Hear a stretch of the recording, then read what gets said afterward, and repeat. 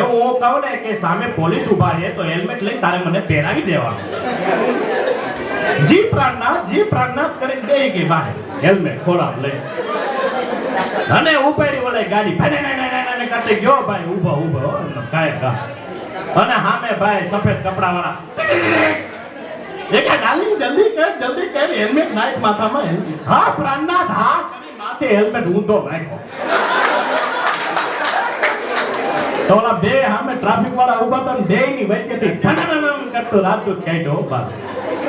રાજદૂત બેન પહેલાના જમાનામાં રાજદૂત હતા. રાજદૂત દારૂ કાઢ્યું ને એક ટ્રાફિક વાળો આ બાજુ ફગવાઈ ગયો ને એક આ બાજુ ફગવાઈ ગયો. પાછા ફગવાતા આદર કહી દીધું આગળ ધ્યાન રાખજો કે એક રાજદૂત વાળા આવે બે જણા કે પરમ એટલે પરમ બુદ્ધિ વગરના છે કે બેને એક બાજુ ખાડામાં નાખતા ગયા છે અને એને રોકજો ને એને ટોકજો ને એને કહેજો કે આ આવી રીતના ન હકાવે અને રાજદૂત હોય તો તું તારે હાથે હેલ્મેટ ન હોય હાલે. એ આગળ વાળાએ રોકો ગાડી કોઈ બીજાની માગે. આગળ વાળાએ રોકો કે હલાય લાયસન્સ ક્યાં તારું સાહેબ ઈ કેવું હોય છે કે આ ગાડી કોની કે તો નાનજી કાનજી ની ગાડી એમ નહીં આ મોડલ કેનું છે એ મને કે મોડલ સાહેબ રાજદૂત નું. હવે રાજદૂત હું જોઈ તો આ તારી ગાડી છે કોની આ કાનજી નાનજી ની છે અને રોય કહો ભાઈ અને ઉપાડ્યો કેસ ભાઈ અદાલતમાં છે ત્યાં લઈ ગયા આખો દી બપોર સુધી રોયકા અને આયા ગામમાં નાનજી કાનજી ધોવા રાજદૂત લઈને વયો ગયો હજી કે પાછો નથી આવ્યો અને ભાઈ પગલાટી બોલ્યો નાનજી કાનજી આવ્યો અદાલતમાં આવ્યો નાનજી કાનજી ત્યાં ઊભો રાખીને કે ગયા ભાઈ આ રાજદૂત કોનું છે સાહેબ મારું છે સાહેબ. તારું છે તો આ મોડલ કેનું છે મોડલ કંપની વાળાનું છે સાહેબ. અરે પણ કંપની વાળાની આખી અદાલતમાં ધડબડાટી બોલીને એ ગામના વ્યક્તિઓ રાજદૂતને રિટર્ન કરી દે એવા છેલ્લે એ લોકોએ નક્કી કરી લીધું આની આરે લપ નહીં આની આરે જાજી લપની આવી નક્કી કરી લીધી. એમાંય નવા પહેરેલા બે પતિ પત્ની ટ્રેનની મુસાફરી કરવા ગયા અને અમદાવાદ બાજુ ફરવા ગયા. આ બાજુ સૌરાષ્ટ્ર બાજુથી અમદાવાદ બાજુ ગયા અને જાતા ગાડીમાં એટલી બધી ગળદી હતી રિઝર્વેશન તો થયું જ નહીં અને ગાડીની ગળદી જોઈને મુંજાઈ ગયા ને એટલે આવડા કે હે પ્રાણનાથ બહુ ઝટકો લાગે ભાઈ. ટીટીનું નો માને પોલીસ વાળાનું નો માને કોઈના બાપનું નો માને હે પ્રાણનાથ કે હું તરત વાત માની ગયો. બોલો એક આઈડિયા કહું. બોલો કે હા કેને ડાલી કે આપણે એક આઈડિયા કરી અને આ ગાડીમાં જેટલા પેસેન્જર બેઠા છે એને હું કાઢી શકું. હવે તો તું જ ભગવાન કાઢશે ને એ ટેસ્ટથી આરામથી અમદાવાદ જાય તો એ કે જો ડાર્લિંગ મારા આઈડિયા જોવો કરીને ગઈ ગાડીમાં એ કે આ નાખશે બાપા નાખશે કે તો એ આખા ડબ્બામાં ધડબડા છે એક આ મૂલ્ય ગયો ને એક આ મૂલ્ય ગયો આખો ડબ્બો ભર્યો તો 15 મિનિટમાં તો ખાલી થઈ ગયો ડબ્બો. કોઈ બારીના એંગલ તોડી નાખ્યા બારીની એંગલ તોડીને બહાર વયા ગયા કોઈ આમથી આમ ઉલની બહાર ફગવાઈ ગયા બધા. પછી કે જો પ્રાણનાથ ખાલી કરી દીધો દરવાજો દરવાજા કોઈને ન ઉભા દીધા તો કે હવે દરવાજા બધા બંધ કરી દો. હવે ડાર્લિંગ આપણે આરામથી સુઈ જાય આ ટ્રેનની અંદર અને સીધા અમદાવાદ સવારે પહોંચી જાવ એમ કરીને બે માણસ આરામથી સુઈ ગયા ગાડીના ડબ્બામાં. સવારમાં 5 વાગે નીંદર ઉડી અને આજુબાજુ રેલવે સ્ટેશન આવે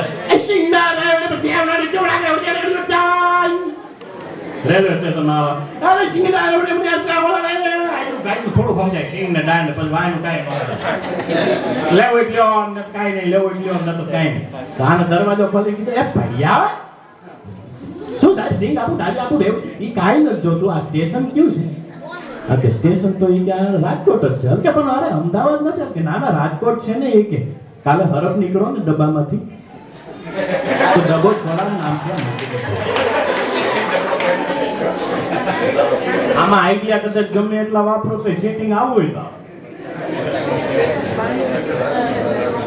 વર્ષો વીતી ગયા મિત્રો, જૂનવાની ગીતની કેવી વાત હતી. હું તમને થોડાક પહેલાના પ્રસંગો યાદ કરું અને પહેલાના સમયમાં કેવી વાત હતી. વડીલ મિત્રો બેઠા હોય તો થોડીક માફ કરી દેજો, બાકી આ બધાને ખબર જ છે કે પહેલાના સમયમાં મા બાપ લગ્ન નક્કી કરતા. મા બાપ જે રીતના લગ્ન નક્કી કર્યા હોય એ મુજબ એનું કાર્યવિધિ થતી. મૂર્તિઓ દીકરીને જોવા ન જાતો કે દીકરી મૂર્તિયાને જોવા ન જાતી. અને લગ્ન થઈ જાય અને લગ્ન થઈ ગયા પછી લગ્નને દિવસે એ મૂર્તિઓ એની ઘરવાળીનું મોઢું જોતો. વિચાર તો કરો મિત્રો, કેટલી મર્યાદા હતી. તો એક ભાઈ કે અમારામાં એટલી મર્યાદા ભંગાઈ ગયો હજોડો.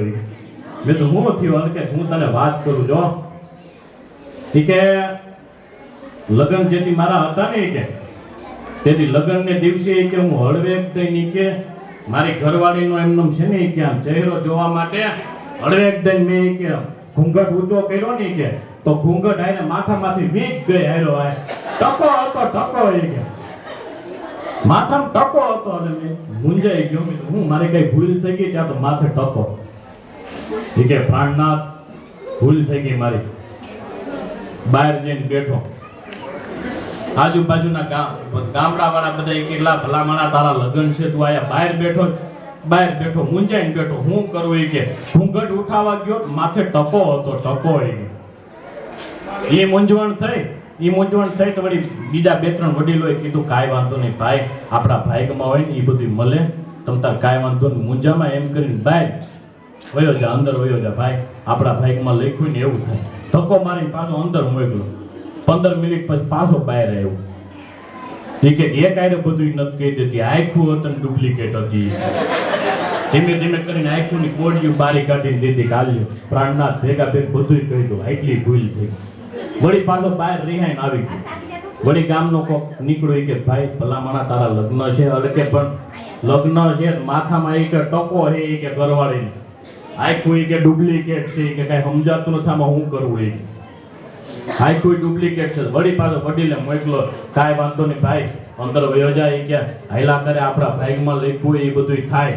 વળી પાછો પરાણે ધક્કો મારીને અંદર મોકલો. થોડીક વાર થઈ તો બાઈએ પગ નોખો કરી દીધો કે પગ વતન જયપુર નો છે જલ્દી. પછી બહાર બેઠો તો એક વડીલ આવ્યા કે રેવા દ્યો ને ભાઈ, હવે કોઈ મોકલતા નહીં અંદર કે આઈફોન પગ ને બધું કે નાક ઉખેડીને દે હમણાં હાથમાં કે આખી બાય જ ડુપ્લિકેટ છે કે આમાં કેટલાય હારા પીસાના. પછી સમય બદલતો ગયો ને એટલે વાંધો ન હોય. સ્ટેપ બાય સ્ટેપ અમારો બાપુ જમાનો એટલે વાત જાવ દે. અમને તો એ આરામથી જોવા માટે બોલાવે, એ મુરત્ય વળી એમ કરે ને કઈક સેટિંગ આવું તો આવે કે નથી આપને નથી અનુકૂળ આવે. પાસ ન પડ્યું લ્યો બોલો. ઓલા વડીલો બિચારા ખાટલે બેઠા મૂંઝાય. પાસનો દીકરો થામા, અમને પાસની ક્યાં કરશો એ મોઢું જોવા ન મળતો અમને, અને તું ન્યા જઈને નપાસ થઈને આવ્યો કે બોલ. આમાં પેલાના સમય પછી ધીમે સમય વીતતો ગયો તો પછી વર કન્યાને સામે બેહાડીને અંદર વાત કરાવવાની વિધિ મીંડી આવે કે ભાઈ તમે બે માણા બેહીન વાત કરી લ્યો, ભવિષ્યમાં સંસાર તમારે ભોગવવાનો છે. વડીલો તમારી સાથે સંસાર નહીં ભોગવી શકે, કારણ કે તમારે આખી જિંદગી કાઢવી છે. આવી રીતના વાત કરીને પછી બે માણાને ધીમે જ્યારે હગાઈ થાય ને ત્યારે એવી વાત નક્કી કરી કે હવે બે માણાને વાત કરવા મોકલો. તો હજી નવું હોય ને તો એ સમયમાં તો શું છે ભાઈ, હજી બહુ શરૂઆત થઈ હોય એટલે હવે જરાક એ વસ્તુની યાદ કરજો. જ્યારે એ અંદર જઈને ધ્રુજવા માંડ્યો. પેલાનો સમય અને સમયની અંદર થોડોક સુધારો, વાતો કરવાની. મિત્રો ગમે એવો ગજબ વાળો પાવરફુલ માણસ હશે ને ત્યાં જાય તો હાવ ઢીલો થઈ જાય. ભલે આજે નવા મિત્રો ધ્યાનમાં રાખજો. અને ત્યાં જે વચન દ્યો ને વચન વિચારીને દેજો ભાઈ. હે આમ નો ભાઈ ત્યાં જઈને બેઠો એ સમયની પછી સામે માતાજી સામે બેઠા હતા ને તે કેટલા શરમાતા હતા. આંગળીની અંદર એક આમ કરીને આમ લુગડું ભરાયું અને આમ બેઠા હતા. બોલો કે તમે કેટલું ભણ્યા? અરે તમે, હું એમ કહું તમે કેટલું ભણ્યા? તમે મારા બાને પૂછી લ્યો ને. થોડીક વાર થઈને તો કે તમે એમ તો કહો કે આમ તમે ઊભા રહ્યો તમારી હાઈટ કેટલી મારા બાને પૂછી લ્યો બધાય જવાબ મારા બાન કે તો તમને રોટલી બનાવતા આવડે એ મારા બાને પૂછી લ્યો ને તમે તો એ કે આમ તમને આમ કોઈ એકડા ને 11 એકડા ને એક ઉદાહરણ મારા બાને પૂછી લ્યો ને તમે ઓલામ ખીચ ચડી ને કે હું જાઉં છું બેન બાય તમારે મને બેન નો કહેવાય હું કેમ બેન કીધી કે એ તું તાર બાને પૂછી લે